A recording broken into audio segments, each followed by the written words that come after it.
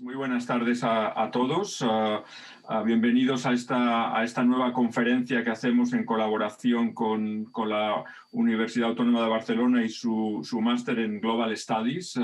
Muchas gracias de nuevo a Blay y a David por haber hecho posible este ciclo de conferencias. Hoy tenemos la segunda, también a Esther Torres, que hacía mucho tiempo que no la teníamos con nosotros y siempre es un placer tenerla cuando tratamos el tema de Corea con nosotros, pero hacía ya años que no teníamos esta suerte, así que bueno, hoy es el momento oportuno.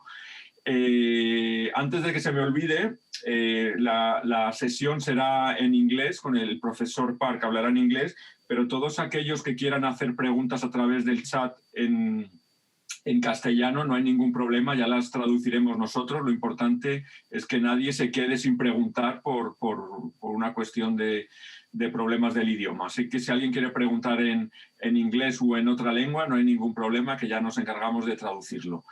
Y nada, darle las gracias también al profesor Parc. Professor Parc, thank you very much for accepting this invitation. And unfortunately, it's the second time that we couldn't make it in person, and we cannot do it face to face. But the most important is to have you in this webinar today.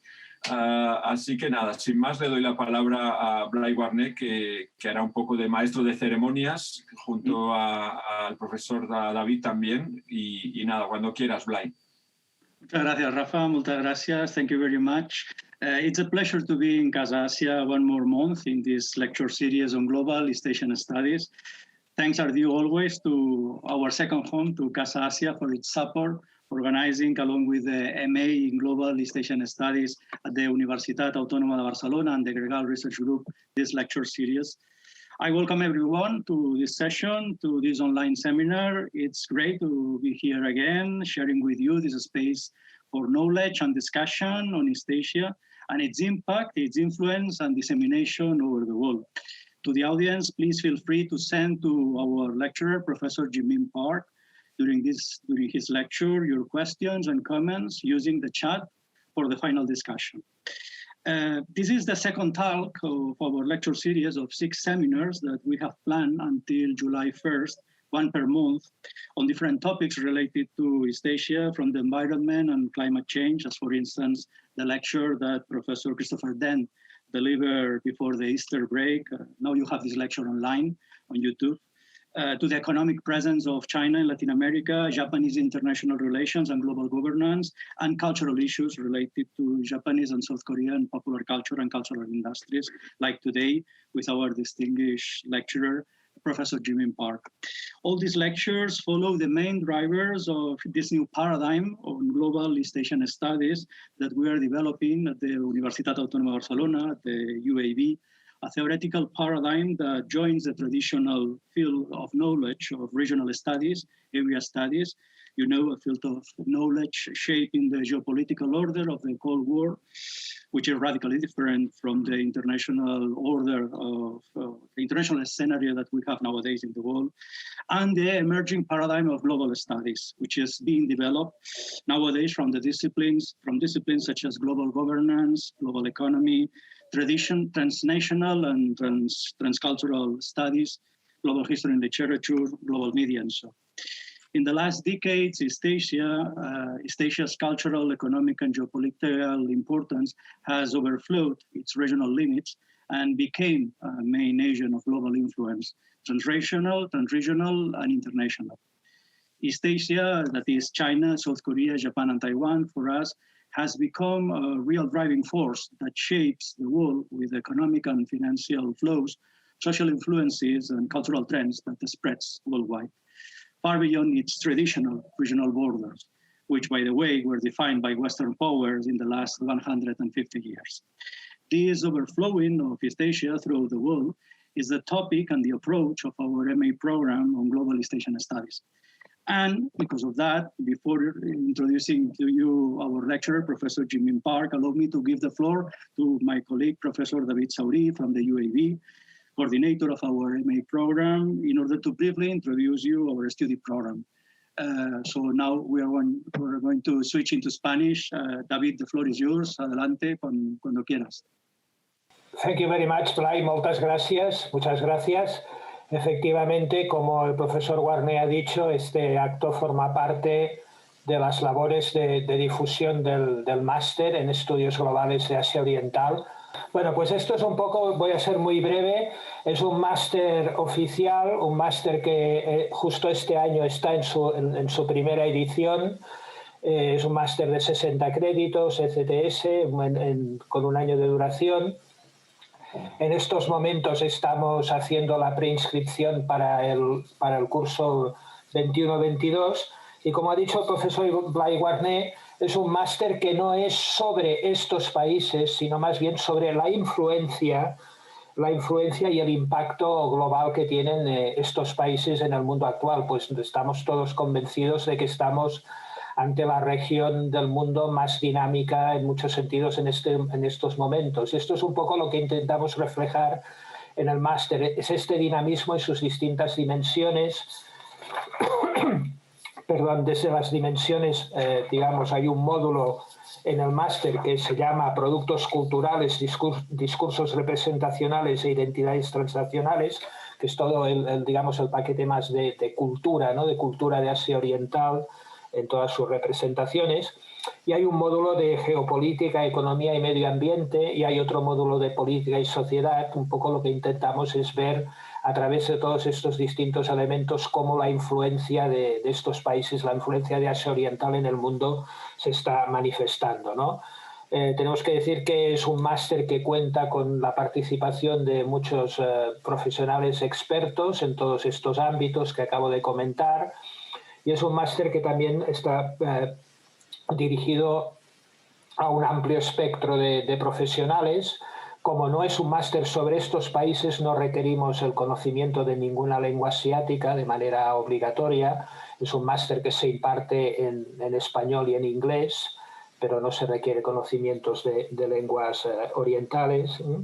Y es un máster que también cuenta con como todo máster, con un trabajo de fin de máster, que en nuestro caso hay una vertiente más de investigación y otra vertiente más de trabajo en instituciones, y para nosotros es una gran fortuna poder contar con el apoyo de instituciones como la propia Casa Asia, que ha sido muy importante para que este máster pueda tener, para que los alumnos de este máster puedan tener algún tipo de contacto con instituciones relacionadas con este ámbito geográfico, pero también con otras instituciones como el Instituto Confucio de Barcelona, o la Fundación Japón, o la Fundación del Instituto del Rey Sejong de Barcelona y Corea del Sur, ¿no? Por tanto, intentamos que los alumnos tengan una formación muy interdisciplinar en los distintos aspectos que acabo de comentar, y que digamos, plasmen todo esto en un trabajo de fin de máster que, repito, pueden hacerlo, si quieren, en la vertiente de investigación, o si quieren, en colaboración con una de estas instituciones que acabo de comentar. Finalmente, decir que este año hemos empezado con 17 alumnos, mejor dicho, tendría que decir, me parece que son 15 alumnas y 2 alumnos, o sea que es un máster que tiene una ratio de género bastante sesgada hacia el elemento, hacia las mujeres, ¿no? Como también un poco pasa con el grado, ¿no? Y ha empezado de una manera, pues, con mucho entusiasmo, tanto por parte de profesores como de estudiantes, en un contexto muy difícil como ha sido este año, sobre todo por el tema de estas prácticas o de estos trabajos de fin de máster en instituciones, que ha costado mucho arrancar porque la situación con la pandemia no es nada fácil, como podrán imaginar, pero que bueno, estamos muy contentos de cómo se está desarrollando, y nada, y todo el mundo que esté interesado, que valore ampliar su formación con este tipo de estudios, pues puede acceder a la página web, y ahí encontrará toda la información pertinente, y repito que está abierto el periodo de preinscripción para el curso 21-22. Nada más, muchas gracias. Muchas gracias, David. Muchas gracias. Thank you very much for talking about our MA program. So it is now a real pleasure to introduce you to Professor Jimmyn Parc from the National University of Seoul and Sciences Po Paris. who is going to talk about one of the main areas of expertise of our MA program, which is popular culture, cultural industries, and international relations from East Asia, and in this case, focus on K-pop. Professor Jimmyn Parc is a visiting lecturer at Sciences Po Paris and researcher at the Institute of Communication Research at Seoul National University in Korea. He holds 2 PhD from the University of Paris Sorbonne, Paris 4th, and the Seoul National University. He has published several scholarly papers and conducted a number of research projects related to film and music industries and how they are facing the contemporary challenges of digitalization. We have also the pleasure of having with us today as a discussant, Professor Esther Torres Simon, PhD in Translation and Intercultural Studies, specialist in Korean literature and translation exchanges. She has been lecturer at Chonbuk National University and at the University of Yonsei, both in South Korea. And she is currently visiting professor at Universitat Rovira i Virgili here in Spain, and the secretary of the Spanish Association of East Asian Studies, AEAO. Many thanks, Professor Torres, Esther, for accepting our invitation. It is great to have you as a discussant today. Thank you. So let's talk about this session. In this session, Professor Jimmyn Parc will talk about Korean music companies and how in the last decades, K-pop industry has actively embraced the challenges of digitalization in an innovative and receptive ways that has been able to make a substantial difference in the international outlook of music industry. So many thanks, Professor Parc, for accepting our invitation second time. Next time we'll be face-to-face in person in Barcelona, for sure. And it is a pleasure to host your lecture. Please, the floor is yours, Professor Parc. Thank you very much, David and Raphael. It is my pleasure to deliver a lecture at Gasasia. So today I'm going to talk about, K-pop, as you already explained. All right. So today I'm going to talk about why Korean, K-pop became really popular across the world and what is the core message. Right. So, we already know that, K-pop became really popular across the world, and then, people, they always want to know how big the music market is. Okay, so here you can see that the top 10 music market in the world of 2020. So as you see here, the number 1 that is USA, and the number 2 that's Japan. Interest me, number 6 that is South Korea, and then also on the right side you can see the population. I just put a population because some people believe that population is related to the market size. So as you see here, Korea is pretty big, okay, in terms of the market size.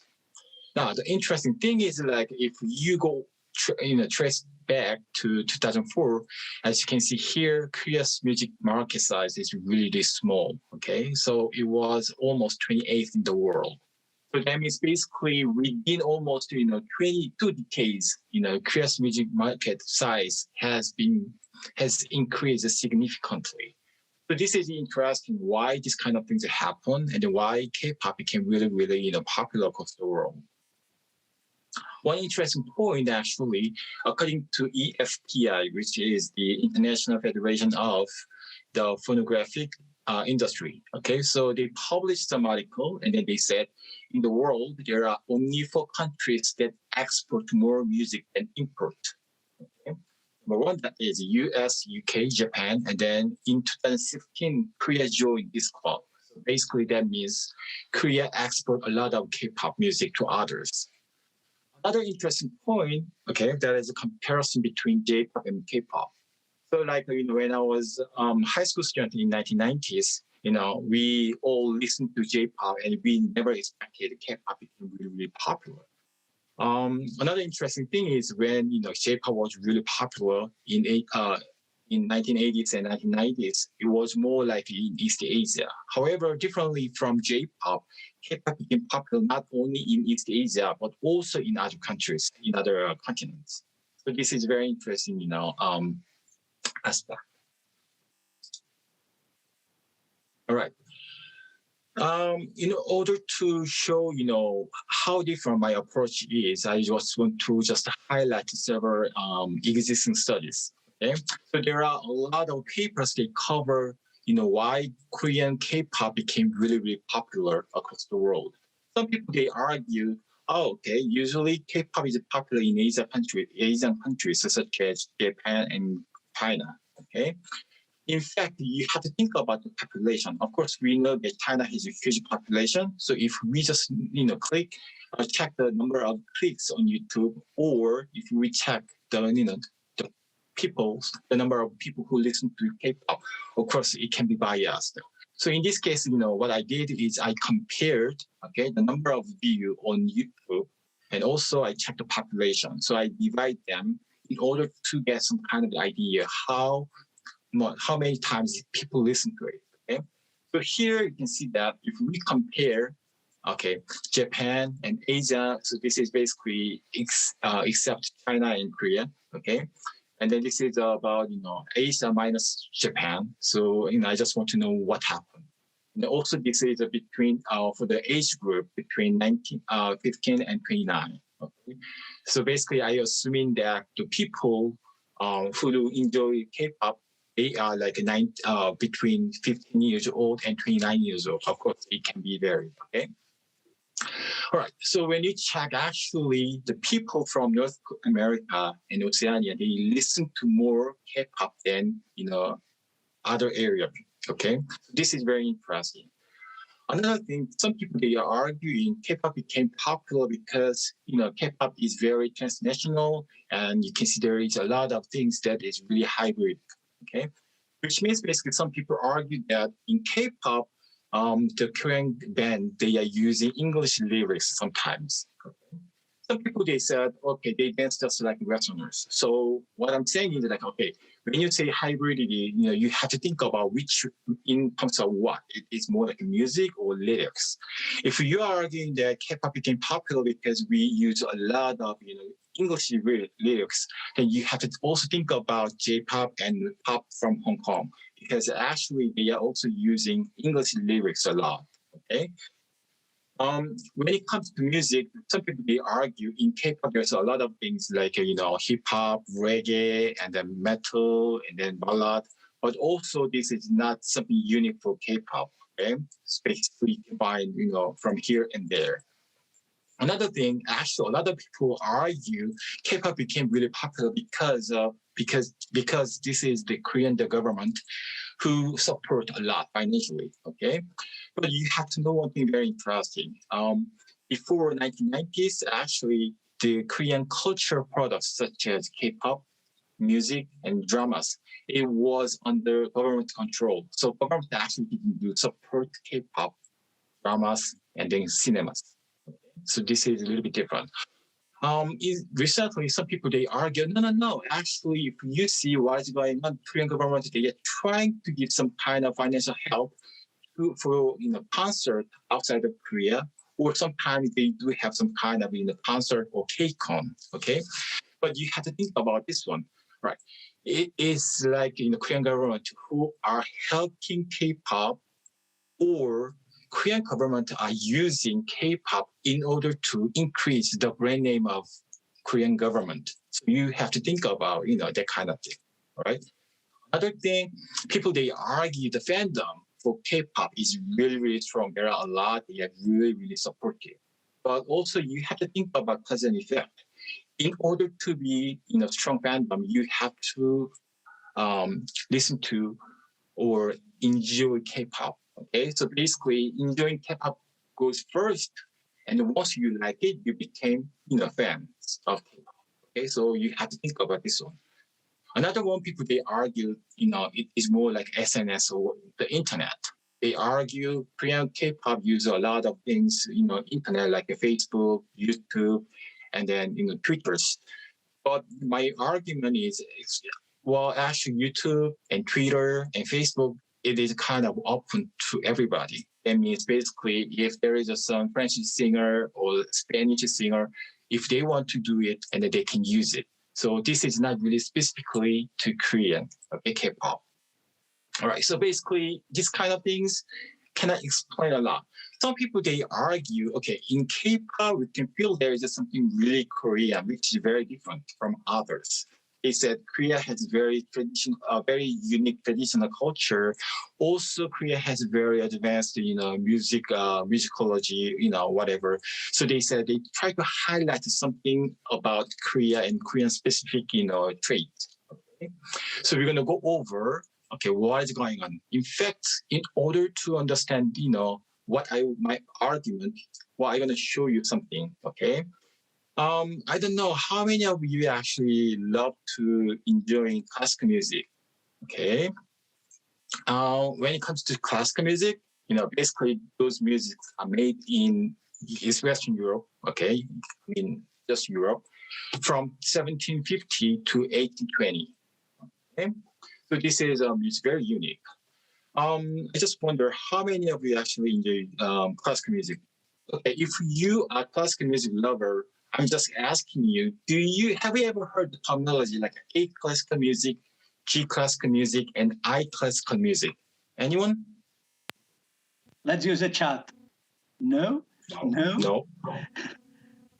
So basically that means you don't love classical music? In capitals? Okay, so I see there's a lot of no's, okay, which is fine because well, there's a good reason why, because I am the one who developed this terminology, okay? So here, A classical music means classical music produced or made in Austria. G classical music means classical music produced or made in Germany. I classical music means basically classical music produced or made in Italy. So I'm asking you, when you enjoy classical music, you listen to some music because they are from Italy, or they are from Germany, or they are from Austria. I just wonder if you distinguish the nationality when you listen to classical music. Probably not, okay? Now, let me turn several music days, and then I'm asking you to guess the original nationality of these three musics. Okay, so let's go. The first one.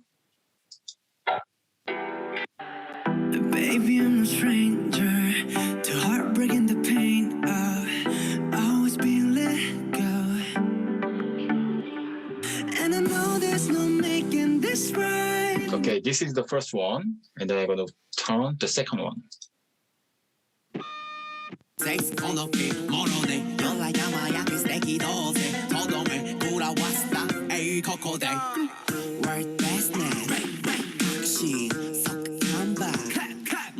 Okay, this is the second one. Now, this is the third one.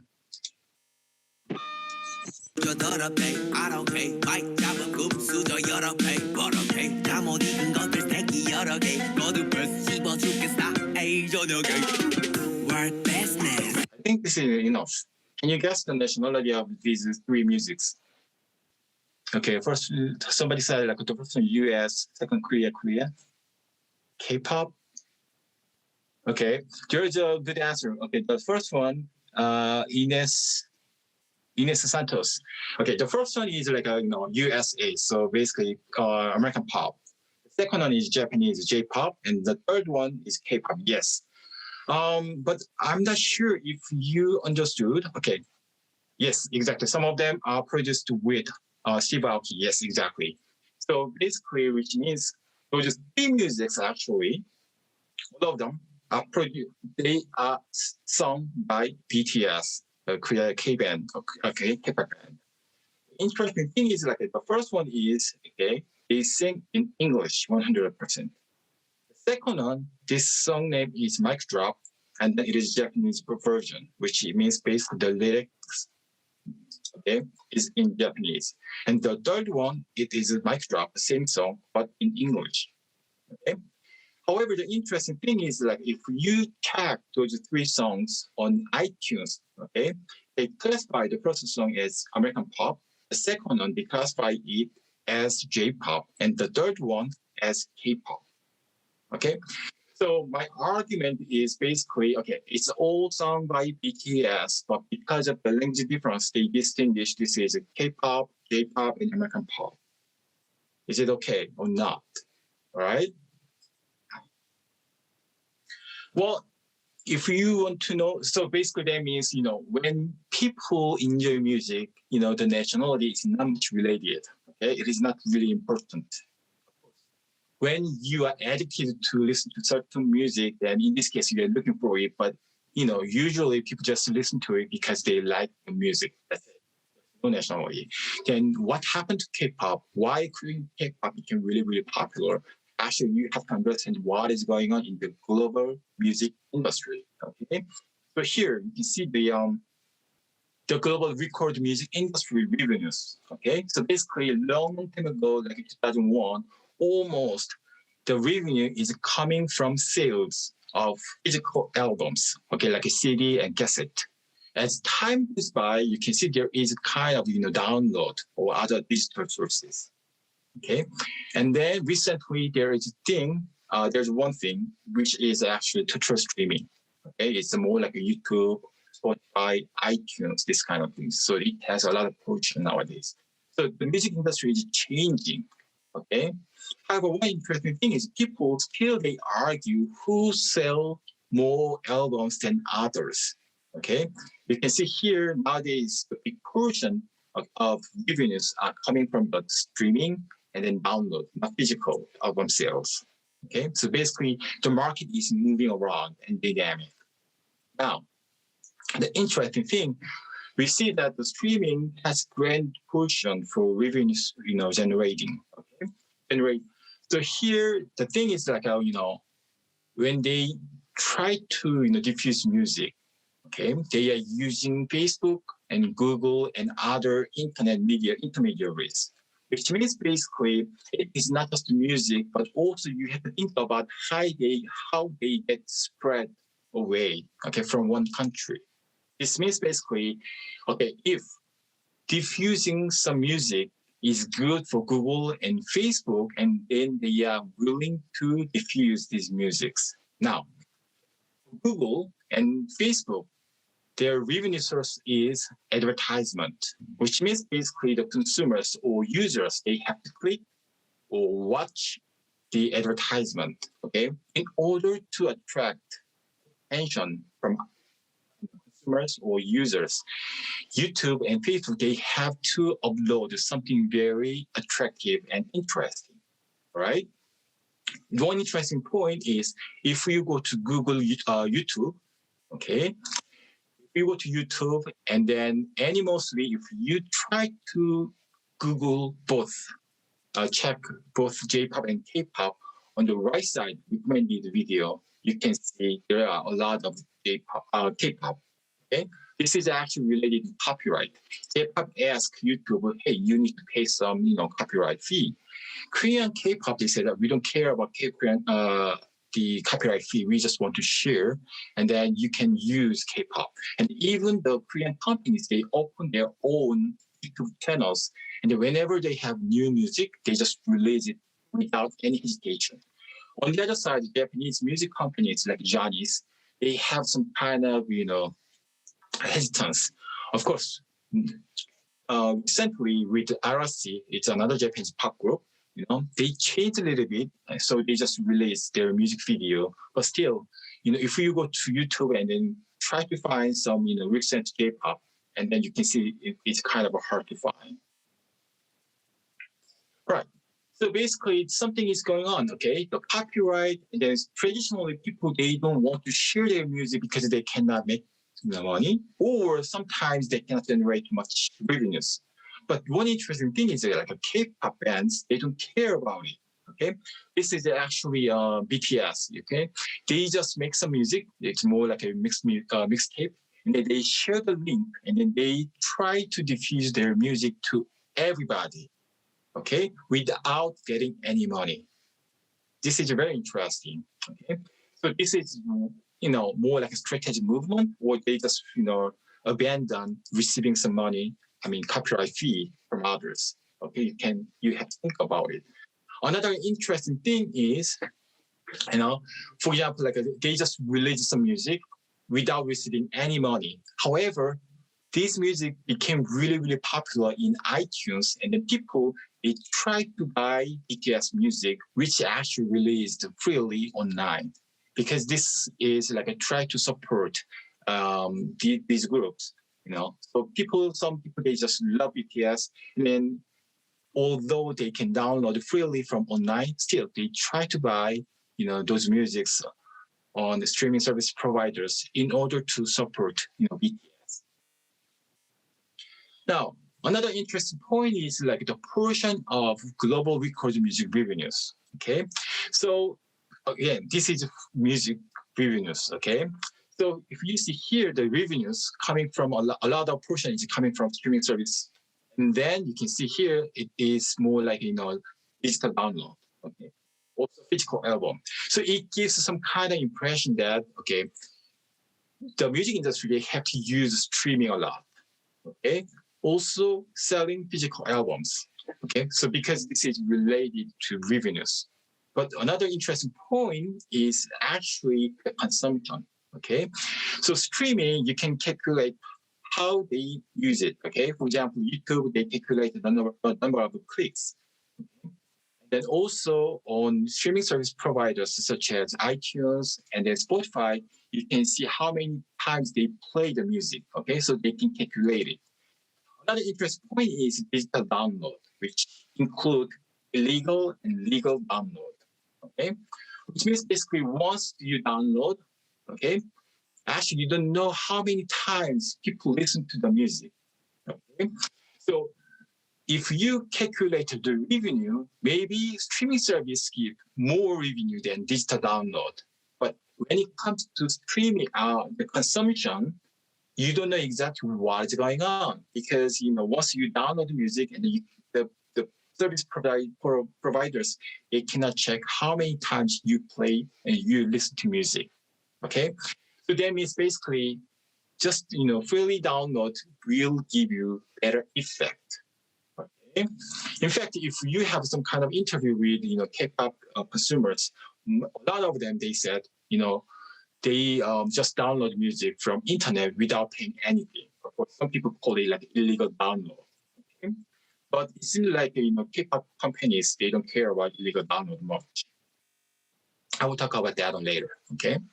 Right, so the music industry is kind of changing. Traditionally, there's artists, producer, and record labels, and manufacturer, and retailer, and consumers. Okay? Nowadays, because there is internet, and then there is internet music retailers and then providers such as Spotify and iTunes. So the music industry has changed significantly. However, still, we kept the same functions in the music industry. So there is creation, selection, production, distribution, and consumption. Okay? One interesting thing is like, you know, traditionally in Western society, okay, the producers and music record labels, they try to go around, they visit some bar, and then if they heard, oh, there's some band, you know, they play really, really good music, and then they try to listen to it, and then they check if this is, you know, good or not, commercially successful or not, and then once they figure it out, this is good, and they have contract. It's just like, you know, the Epstein, you know, found in the Beatles in Manchester. Okay? However, in Japan, this is a little bit changed. Okay, basically, Japanese companies, they said, okay, instead of looking for the artist who has great potential, why don't we have, you know, some people and we give them training, then we give them, you know, some kind of help so they can produce really, really good music. Okay, so this is the company who pick up some people who has great talent, and then they train them. Okay, the company trained the people, and then in the end, if the people, they are good, and then they began to do their career as a band or singer. Okay, Korean companies advanced a little bit. Basically, the companies, they do something with the streaming service providers directly. So basically, they copy the Japanese system. So they try to figure it out. Some people with great talent, and they give some kind of training, and then they teach them how to dance. Company teach them how to speak English, and then how to do a bunch of things. Okay, and then they are the one who produce music, and then they are the one who distribute the music directly. Okay, especially this is why I said the Korean companies, they just open up their YouTube channel on YouTube directly, and then they just use it. Okay? So this is very different. one interesting point is like, if you know the relationship between Korea and Japan is more like a love and hate. Okay. Japanese government, they know that in 1980s and 1990s, J-pop was really popular, and all of a sudden it is not J-pop anymore, but it is K-pop that became really popular in Asian countries and others. Okay, so Japanese government, they try to figure out what happened to Korea, and then they did some kind of research. They came up with some kind of conclusion that it's that Korean government is intervening, and then they give a lot of subsidies to help K-pop. Okay, so they believe that this is behind the success of K-pop, there is Korean government. So Japanese government, they also try to do similar things, which is actually called Japan initiative. So Japanese government are ready to expend almost like $900 to support K-pop and related, contents. The result, I'm not sure if you know this guy. So PAPP. Okay, so he became really popular. When I visited Japan and I had chance with, to meet some governors, they said that, PAPP became really, really popular, just like, Gangnam Style, size Gangnam Style. They were so proud of it. I just wanted to know, why PAPP, this guy became really, really, popular. And then one thing I figured out, actually, it's not Japanese government's help, but it is actually Justin Bieber who tweeted this song. Once Justin Bieber tweeted this song, okay, and then this song became really viral in the world. Okay, so it's not really Japanese government support. Now, actually, in order to better understand what is going on with K-pop, you have to also understand the music industry with digitalization. Okay? There are two kinds of digitization I distinguished. The first one is digitization version 1, which is actually related to the introduction of the internet. And then digitization version 2, this one is related to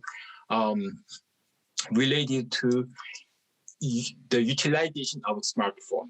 I will explain more about it. Okay, so when internet was introduced, the technology basically changed from analog to digital. Okay, and then the producers, they know that now the music can be diffused through online instead of offline. Okay, so they can use computer or other sources, okay, in order to diffuse their music. Another thing, because there is a computer, there is a CD-ROM, the people, they can extract the music songs from CD, okay? Which means basically people, they just consume some music that they like a lot instead of buying the whole CDs. Long time ago, one album, like cassette or CD, whatever, usually they has like 8 or 10 songs, and usually 1 or 2 songs are good and others are not really good. And then people, they just buy the whole album in order to listen to 1 or 2 songs. But after the introduction of the internet, actually people just extract what they like and they just consume the music that they like a lot. Okay. And then digitization version 2, this is a little bit different. Basically, nowadays, everybody has smartphone in their hands. Okay, this is very different. When there is internet, in order to access to the internet, you have to be somewhere where you can use computer. But with smartphone, actually, you don't have any space restriction. You can enjoy some music, when you are on bus or on subway or elsewhere. Okay, basically there's no space restriction. Okay, also if you think about domestic and international, okay, you can still utilize international service providers instead of domestic service providers. Okay, the people, they can enjoy music from other countries. Another thing, the way you consume music is very different from a long time ago. Long time ago, it is more like radio, okay, and then cassette player and Walkman. Okay. However, this got changed a lot, and then the way you consume music is more like a computer, smartphone, and tablet PC. Which means basically, long time ago, the thing is very important. It's very more like in audio sound. However, nowadays, because you have screen, okay, with laptop smartphone, tablet, PC, the visual image is as important as audio sounds. Okay? Another thing, because you have computer and you have smartphone, but the storage of capacity is kind of limited, which means basically long time ago, they may download music from CD and they try to save in their hard drive. But with smartphone, tablet, PC, this kind of things is very difficult. You cannot save a lot of them. So basically that means instead of processing some music files, now it is better to access to service provider and then you just listen to music and that's it. Okay. Another thing, because of the internationalization, okay, the companies, they can use not only domestic providers, but also international providers. Okay? Working together with international providers, there may be some kind of synergetic networking effect. Okay? So this is very important. And then now we will see how this changed the Korean music industry. Okay? When there is internet and then Korean people, they try to use internet a lot, the way they diffuse the music has been changed. Actually, it happened in 1987. There is a Korean musician. He was not well known at all, but he released his album online. Okay. Once he released his music online, it became really, really, popular. So the company, they realized the power of internet. So they began to release digital album in 1998. Okay. Also, they know that the way to distribute music online actually is more effective, so they use internet a lot to distribute music. Now, the Korean companies, they realize that it is not just the Korean people who listen to K-pop, but also people from other countries. Okay, so that means basically, in order to familiar with local people, okay, so different country, they believe that it is better to find somebody who can speak local language. So at the beginning, they try to find some Koreans who can speak Japanese, who can speak English, and then they consist of a band. Okay? Of course, as time goes by, these kind of things have changed. They sometimes just hire Thai singer, American singer, and Japanese singer, and Chinese singer. Okay, so this kind of things has changed significantly. Now, Korean companies realize that nowadays people, they don't buy one CD, but it is more like they just consume one music, okay? Instead of CD, just, one song. So they said, instead of spending a lot of energy to produce one album, why don't we focus on producing one really, really good music? So they try to enhance musicality, okay? In the earlier time, for Korean companies, it was kind of hard. So they do have a lot of collaboration with the European writers. For example, like there's a lot of songwriters from Sweden and Finland and Denmark. Okay, for example, like the SM Entertainment is the #1 company, and then they produce a lot of music with the Ghost Generation and Big Bang. And then if you check, a lot of music produced through the collaboration with Finnish, Danish, and Swedish musicians. So by collaborating, they can enhance the musicality. Okay. Also, nowadays they know that it is not just one band or singer. If they have a lot of singer and a lot of band, then they know that it is better to increase the profits. They can increase the opportunity of success. Okay, so once there is very successful singer or band, they can generate some revenues and profits, and by using the revenues and profits, they try to invest in order to have another band. So it is more like a Korean Jewel, like big companies. Now, because of the internet, then it's not just the Korean service providers who can diffuse music, but also international music service providers, they can do it. Okay, for example, like iTunes was interested in having a lot of K-pop, so they had to negotiate with Korean companies. So in this case, because of in order to have a lot of music from Korean companies, the iTunes, they pay more than Korean companies to musicians. Okay, so this one is helping people. At the same time, because of the Korean K-pop can use international service providers, so the coverage or the access, okay, can be much easier than before. Now, this is very interesting because the way they consume the music has changed from audio to visual images. So basically using smartphone, computer, and tablet PC. So you are actually enjoying music with your ears and with your eyes, okay? So the visual images became really, really strong. This is why, there is a lot of dance, group dance and choreography. This is for, visual images. Also, some people, they just, criticize, K-pop bands, they doesn't matter if they are female or male, they put a lot of makeup, and then their, like a clothing is kind of flamboyant. Again, this is related to visual image. They want to highlight the visual image. This is why they put a lot of makeup on the face, and then they put on really, splendid, like clothing. Okay. Another thing is because there is a visual image became really important. Also, something is related to copyright. Okay. Now, people, they can copy, they can just download, and then Korean companies realize that maybe there's another way to detour the problem of copyright. Actually, this is a concert. Okay, so for Korean companies, the big revenue source is a concert. Okay, concert, they even show that online.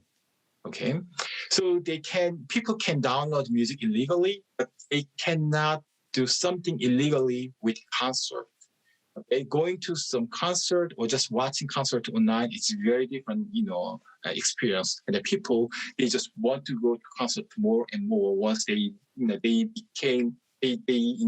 K-pop more and more.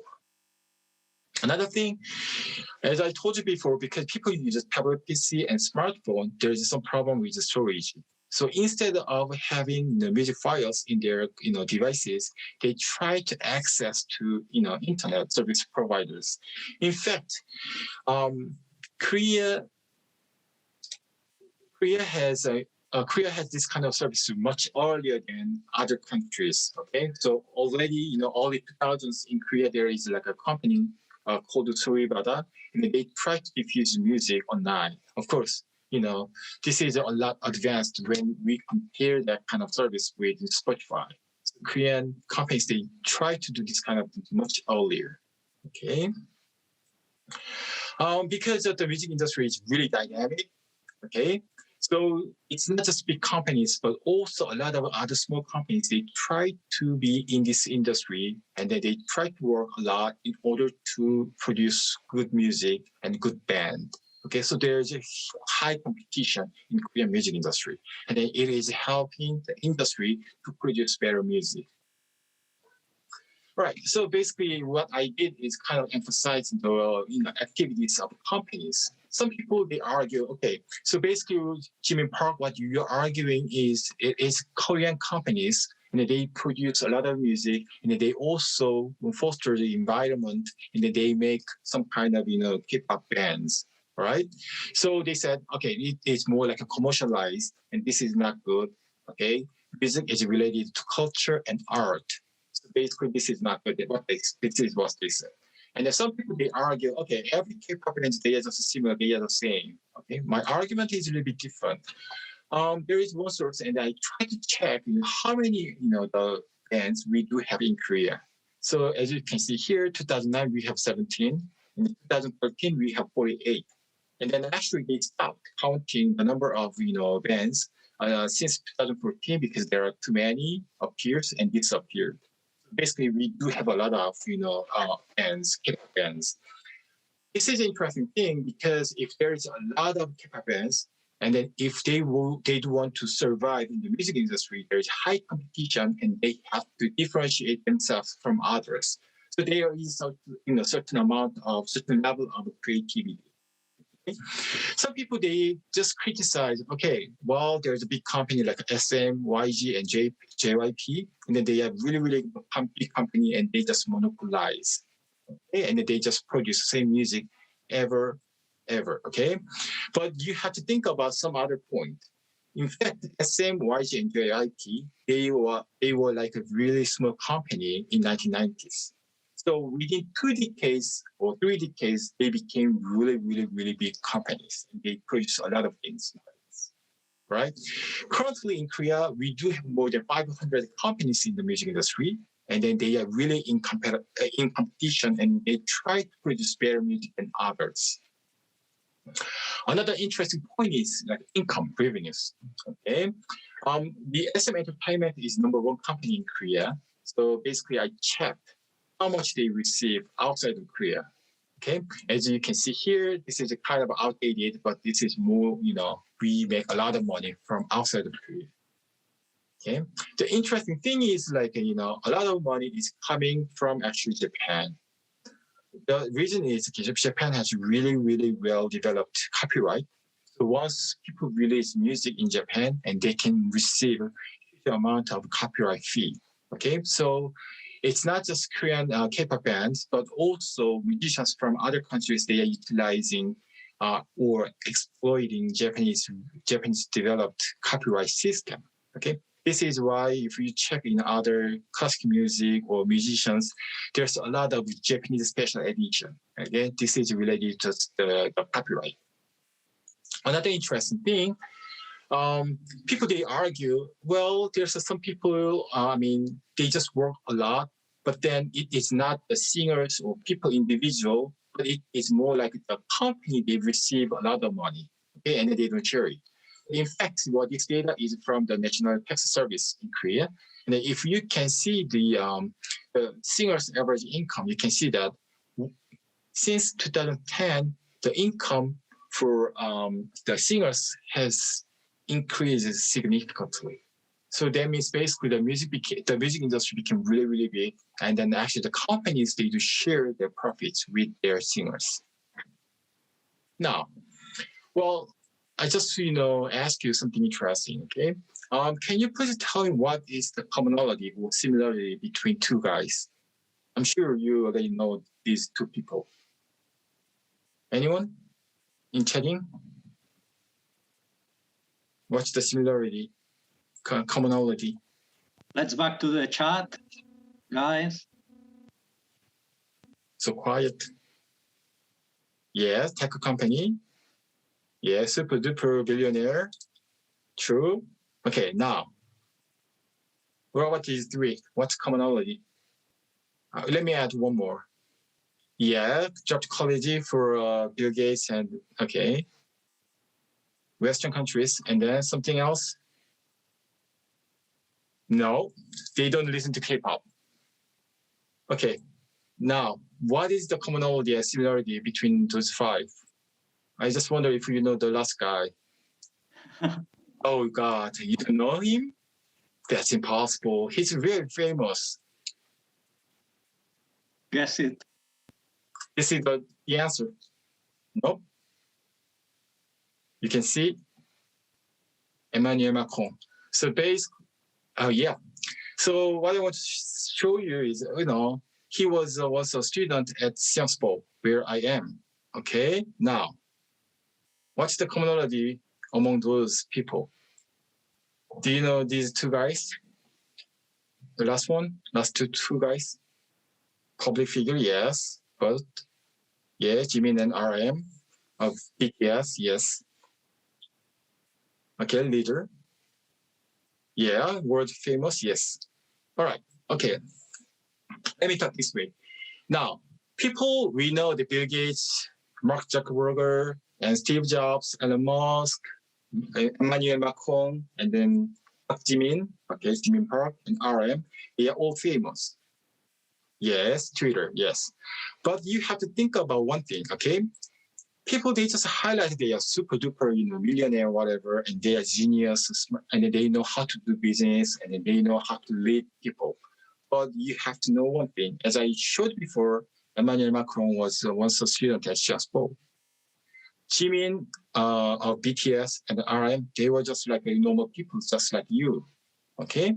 Now, back to Steve Jobs and Elon Musk and Mark Zuckerberg and then Bill Gates, they were also just like you once. However, they work hard and then they know what is going on in the business and then they know what consumers want, and then they know the changes in the world, and then they are the one who embrace the change without any fear, and they worked really, really hard, and then in the end, they became really, really famous. Okay, which means basically you can be one of them in the future.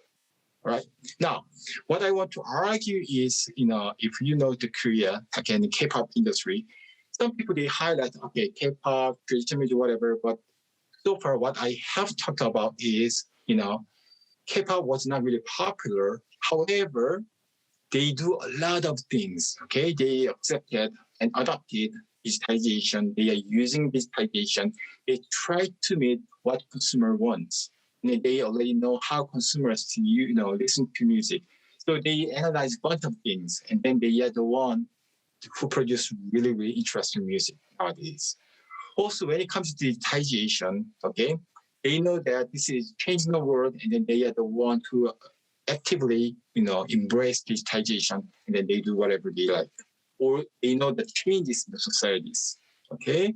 So this is the meaning. I mean, there is something, and then you can actually change it. If you work hard, you can achieve that in the end. Okay?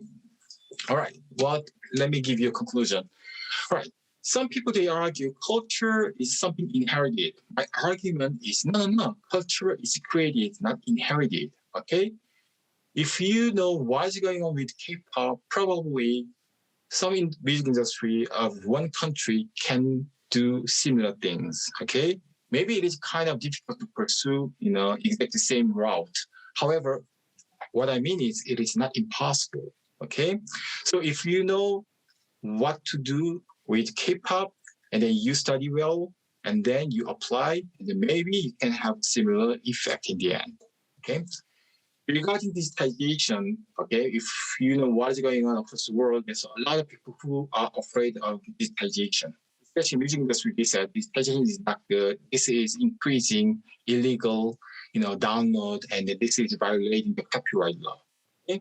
However, digitization cannot, digitization, you cannot stop it. Okay, as time goes by, you will see there's more digitization. So which means basically, if you cannot avoid it, then you have to enjoy it.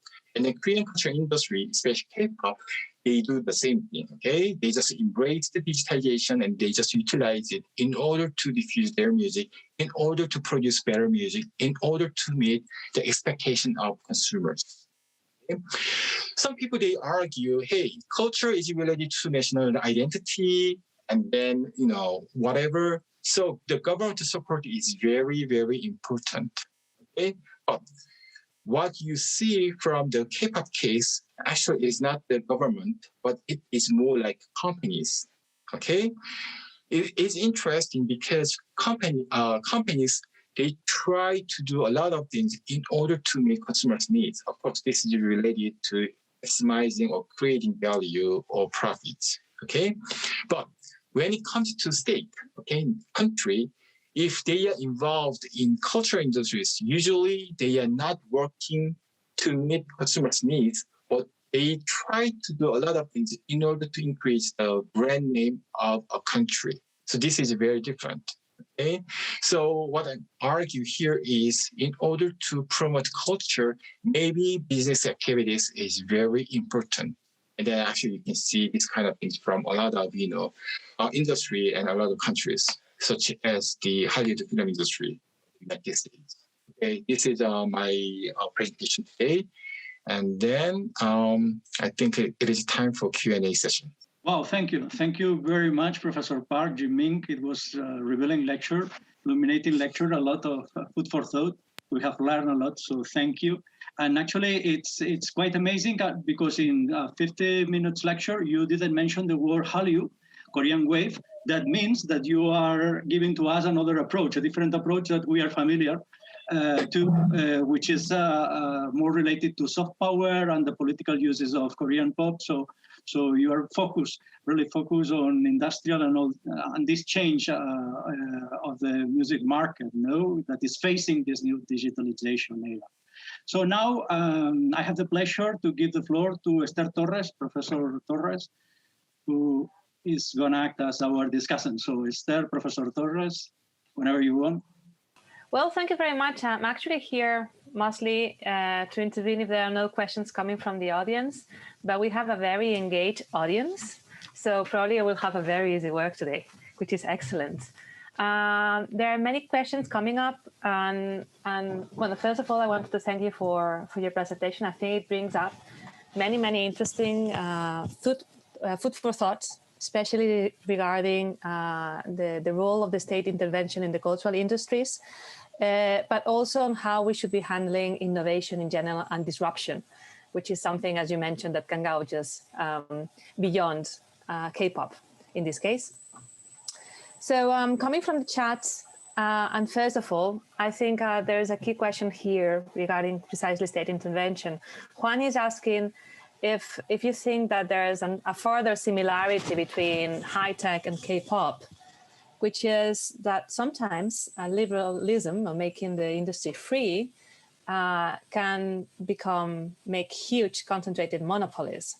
And although you mentioned in your presentation that there is room for more people, the truth is that until Big Hit, for example, broke all the rules, it was 3 companies who were dealing with the business hub. So how do you see this danger and how it was circumvented in Korea? Okay, well, the monopolization is an interesting topic because it's not just in the EU, but also in Korea, there is some kind of debate over it. Some people, they believe that, okay, there's just a 3 company and then now there's 4, okay, including Big Hit, 5. Those 4, they just dominate the Korean music industry. But you have to know one thing, okay? It's not really dominating because they are not competing against domestic companies in Korea. Nowadays, because the competition is different from others. Long time ago, it is more like a domestic-oriented competition, but nowadays it is outside the competition, outside of Korea. Okay, well, probably there's a lot of people who knows that BTS tried to receive the Grammy Award. So basically, that means the competition is not just within Korea, but across the world. Okay. Also, they try to diffuse a lot of music, not just in Korea but others. Another thing, well, it looks like a monopoly, all right? But if you compare with other countries, actually other countries, they do have a similar situation. So this means basically it's not just Korean-specific problem, okay? But again, I don't think this is a problem, okay? But another thing, if you go over Italy, okay, like Florence, French, and then at the time, it was like, Medici family, and they provide a lot of money to artists. And I never heard anyone who complaining about monopoly of Medici family for this kind of things. Then why they don't do anything with the Italian family, but they do that kind of things with Korean companies? Okay, thank you very much. Well, I think I completely agree with you that even in Korea, they're very much aware of this issue and it has been largely discussed. I'll continue with the economic part before moving on to cultural. And there's also a reference on the role of the state, of the government. So there's one question here by Mireia, who's asking, no, sorry, that was just before that, whether K-pop has been key in the application of soft power. And I think we can address this question from both perspectives, how the state has used K-pop as soft power, but also how the state has created an environment of soft power that can allow for things to go abroad. And I will include my own question here, if I may. And I might agree that maybe direct investments might not be a successful strategy. However, what about infrastructure? Because most of your concerns were around digitization, and I was in Korea in 2000, and I had a great internet connection. When back in Spain, I needed a telephone to connect to the internet. So is that the type of role the state should work? So I would like... Okay, cool. Thank you very much for your question. That is very interesting. And I know that you know well about Korea. Okay, so this is excellent, actually. All right. It is true. Okay, so basically in late 1990s, when Korea had economic crisis, actually at the time, the president, in order to overcome the economic crisis, he said, okay, maybe in the future it's better to have something for IT industry, so ICT, okay, internet, information, telephone, telecommunication, okay, these kind of things. Yes, that is true. So he established a lot of internet infrastructure at the time. And then after a while, Korean companies were able to utilize this kind of things.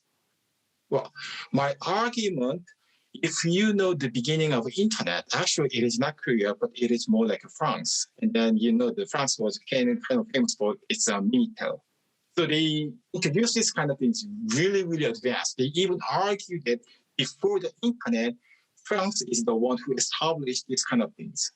Okay, so basically there is something, but then the French companies, they don't know how to utilize this kind of things. So you have to think about it. Another aspect, okay, sometimes some countries or some companies, when they face some kind of disadvantage, they try to overcome the problem. Okay, it is not just related to K-pop, but also related to other industries. For example, Nokia was once really, really strong in the mobile phones. One of the reasons, the Finnish company Nokia had, like a monopoly, almost monopoly in the mobile industry. This is because of Finland has a small amount of population, while the land size is huge.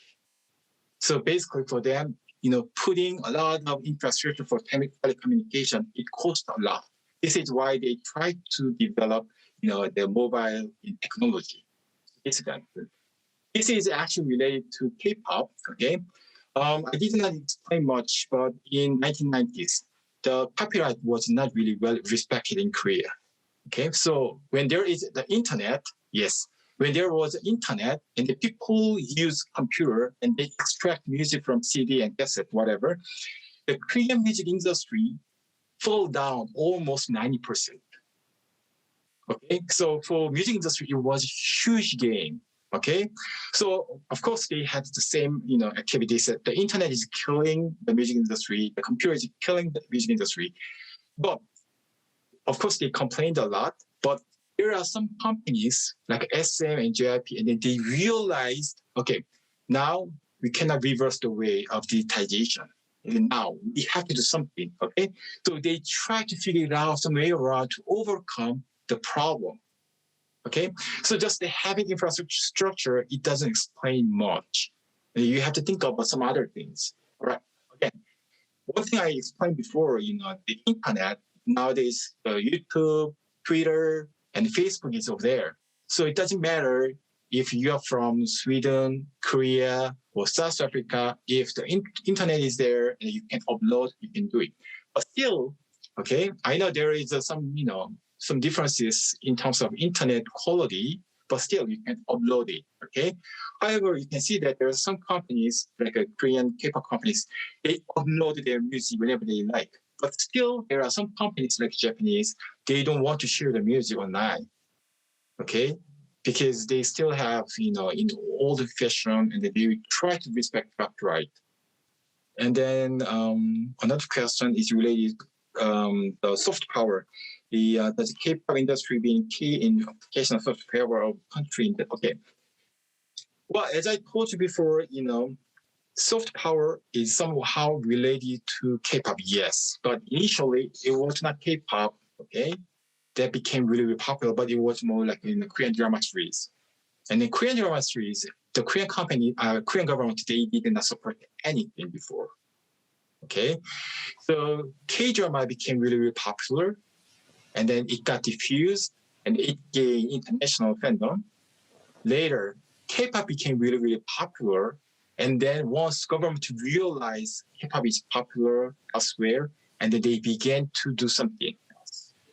Yes, this is related to, the soft power somehow, but, it is the government who helped to increase the soft power of Korea, or it is the company who work a lot in order to increase the soft power.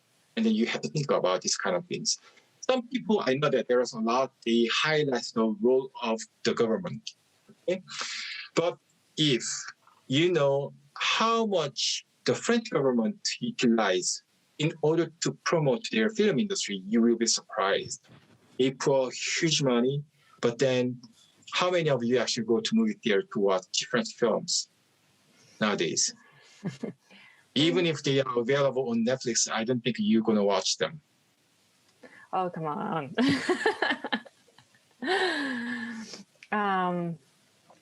I agree with you. It's whether it's K-pop or soft power, what's the egg and what's the chicken. It's very hard to tell, and there are very different approaches.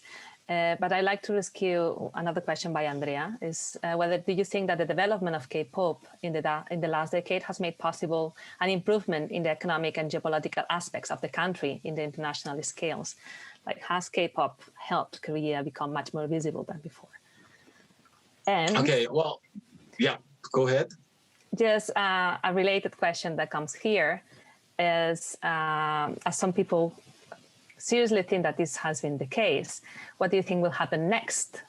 Is K-pop going to stay there, or are other industries replacing K-pop as the landslet of the soft power? Okay, all right. Well, there's a lot of people, they argue, okay, K-pop helped the Korean economy. I heard that one. And then sometimes they just ask me, can you give me some kind of number? The people, they would love to see the number, right? Yeah. One thing I argue, well, nowadays, BTS became really, really famous group in the world. And then a lot of people, they know BTS. But how many of you actually know that the BTS, they were they worked for LG smartphones model? Okay, LG smartphone hired BTS, and then they believe that this is helping LG smartphone sales. However, recently, LG just closed the smartphone business, and then they said this doesn't work at all, and we will not do the smartphone business at all. That means basically, if the smartphone's quality is good, maybe they can sell it more. But just using BTS doesn't explain much. Okay, so basically the quality goes first. Another thing, there is it's not just in the Korean. No, it's not just the BTS, but also BTS and the Blackpink, another group. Mm-hmm.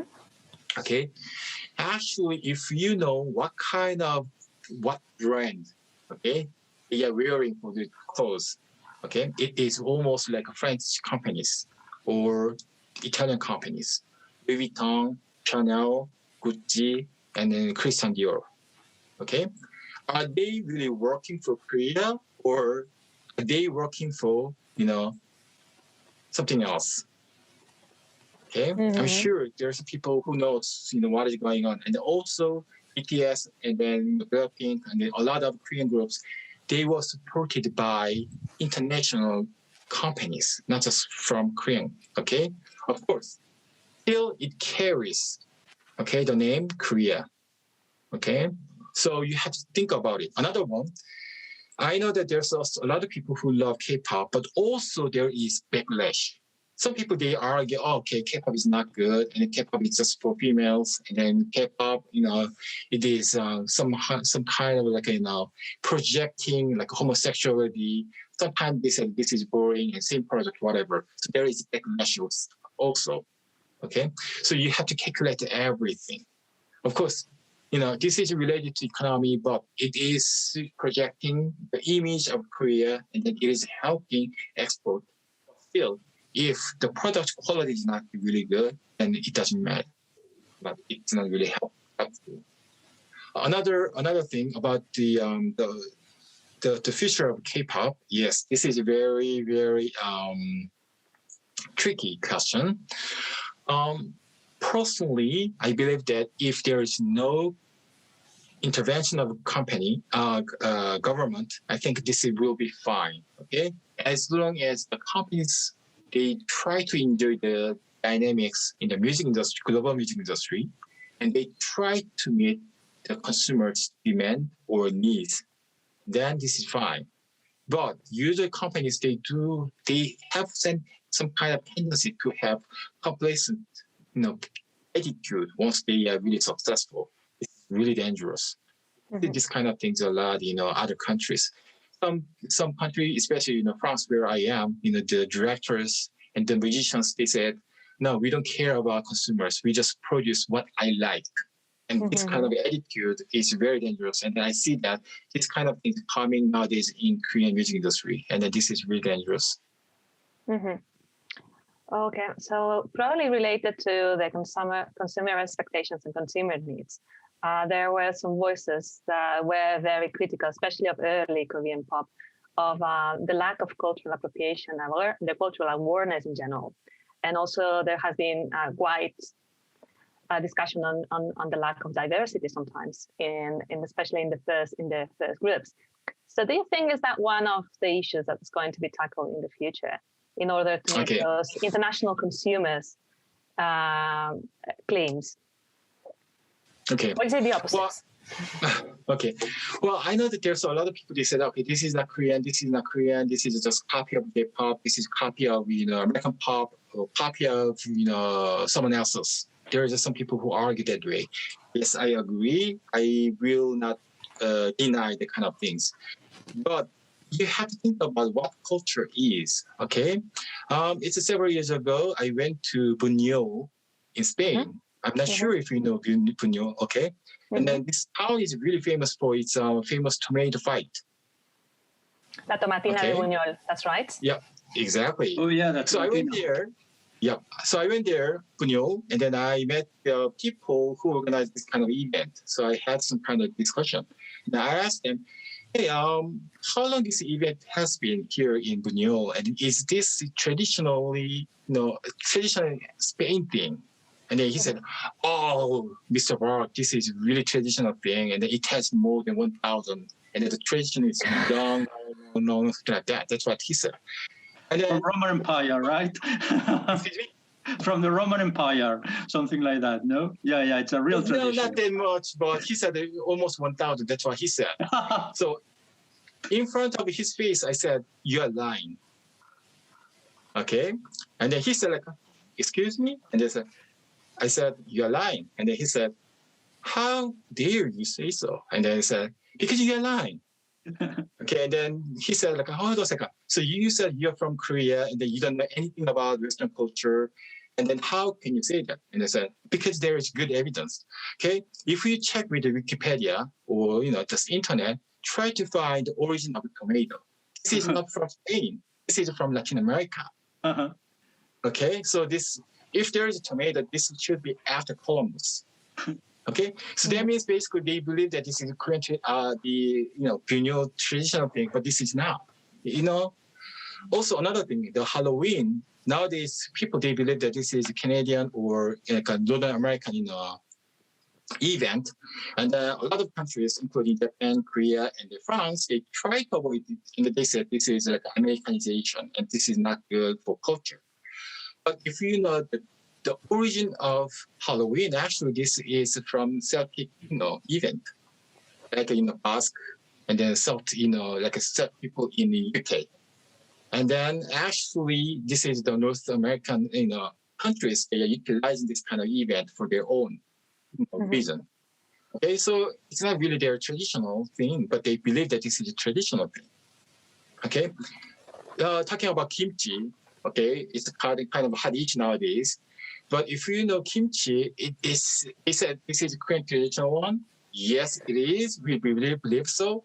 But actually, something happened kimchi, and then the kimchi you have, the spicy one, it happened after the Imjin War between Korea and Japan in 16th century. So it's really, really short. Okay? So there is a lot of internationalization. But and then people believe. Excuse me? Allow me to connect this idea with Evaramburu question about that. How decisive do you think the language of the lyrics is when labeling a song? K-pop, J-pop, C-pop. For example, K-pop artists releasing a Japanese version of a Korean song later on. So this issue of appropriation, what do you think about this? Just to collect, because I think that we are approaching to the end of the session and we have still, we have more, but three questions that maybe it would be, nice to say something. What do you think about this? Well, okay, some people they try to say like a K-pop, they consider K-pop as a special genre. Okay. Mhm. Well, I'm preparing a paper trying to show that this is not a special genre. Okay. Basically, K-pop is, as I explained before, A classical music, G classical music, and I classical music. Okay. Mhm. We don't care about the nationality, but we do like classical music, and we like the music. That's it. Okay. Probably nowadays we argue this is K-pop, this is J-pop, this is C-pop, but several centuries later, they're gonna say there is pop music, okay, and they're produced in Korea, in Japan, in China. That's it. Right? Okay. So this is very important, and you have to think about that part. I have a secret question that was sent to me. So if you could comment a little bit more about the role of platforms, ecosystems, and the Korean music industry as success factors in K-pop, like maybe very briefly to just close the intervention, because as Blai said, we're very close to 8:30. Oh, there's a call. I didn't hear the last part. If you could comment on how Korea, the role of platforms, ecosystems, and the Korean music industry as success factors. I think because the development was very different from the one we had in Europe to a certain extent. And I think we could maybe with this answer close the session, because we are very close to 8:30. Okay. Well, in the lecture, I said the success factor is not just a platform like SNS or YouTube. I didn't say that one, okay? I said this can be utilized by anyone, okay? So basically, it is like the initiative of a company, or how they utilize, or strategic movement to utilize this kind of things. Okay, the thing is like still it's not just the music industry, but also the way you face Netflix. If you compare what is going on between Europe and then Korea, it's completely different. Okay, Europe, because a lot of people they believe, especially the European Parliament, they believe that this is diffusing American culture, and they try to restrict it. On the other side, in Korea, yes, we do have the movement from government side, but the companies, they have two different aspects. They said, all right, basically Netflix, they want to have a Netflix original, and they give a lot of money, they produce a lot of money, and then the Korean companies, they said, why don't you utilize Netflix money to produce films and dramas? Okay, so this is more like a mindset, how to utilize the platform. The same condition goes to everybody, but the reaction or response is very different by country and by company. So thank you very much. I think that we are running out of time. So thank you very much. I see also that we have French students connected. So thanks to all of you. I guess our students from Professor Jimmyn Parc. By the way, congratulations. You have a quite handsome prime minister. Well, thank you very much, Jimmyn Parc. It was great. It was a very interesting lecture. We learned a lot. Thank you very much. Next time we'll be in Barcelona, face-to-face in person. And thank you very much, Esther Torres, for acting as discussant. So thanks a lot. And now I give the floor to Rafael Bueno just to close this session. Thank you. Many thanks, Blai, and especially to Professor Parc for this lecture, quite very interesting. And unfortunately, time flies, and we have to finish here. So just thank you once again, Professor Parc and Esther, Blai and David. Un grand merci aussi pour tous les étudiants français qui sont inscrits pour cette conférence. Je voudrais le dire aussi merci à tous. Et we continue in touch. And once again, thank you to all of you. And we keep in touch. Thank you. Bye.